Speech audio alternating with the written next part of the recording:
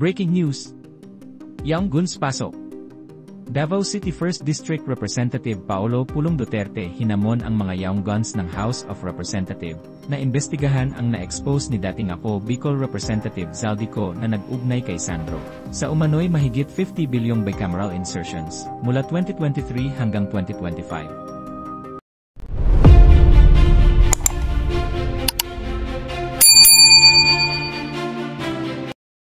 Young Guns pasok. Tila hinahamon ni Davao City 1st District Representative Paolo Pulong Duterte ang mga Young Guns ng House of Representatives na imbestigahan ang expose ni dating ako Bicol Rep. Zaldico, na nag-ugnay kay Sandro sa umano'y mahigit 50 bilyong bicameral insertions mula 2023 hanggang 2025. Sa kanyang Facebook ikinumpara ang isyong ipinupukol noon sa kanya at sa ibinulgar ni Zaldico laban kay Sandro. 50 billion Sandro Bicam insertion pa lang yan versus 49 billion Pulong Coastal Road, Bypass, Flyover, etc.